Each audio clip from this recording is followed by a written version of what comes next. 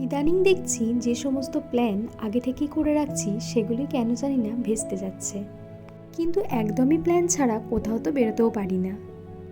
তাই মাঝে মধ্যে সাডেন প্ল্যানেরও দরকার আছে। আর এই প্ল্যানগুলো ভেস্তে গেলে আমাদের অতটা খারাপও লাগে না। এই ধরো আগের দিন রাত্রেবেলা প্ল্যান হলো, পরের দিন সকালবেলা বেরোনোর আগে অবধি ঠিক থাকে না বেরোবো কি বেরোবো না। আর আমার মনে হয় জীবনের একঘেয়েমিয়তা কাটানোর জন্য সবসময় আমাদের সমুদ্র কিংবা পাহাড়কেই বেছে নিতে হবে এমন কোনো কথা নেই। মাঝে মধ্যে আমরা চলে যেতেই পারি বাড়ির কাছাকাছি কোনো শান্ত নিরিবিলি জায়গায়।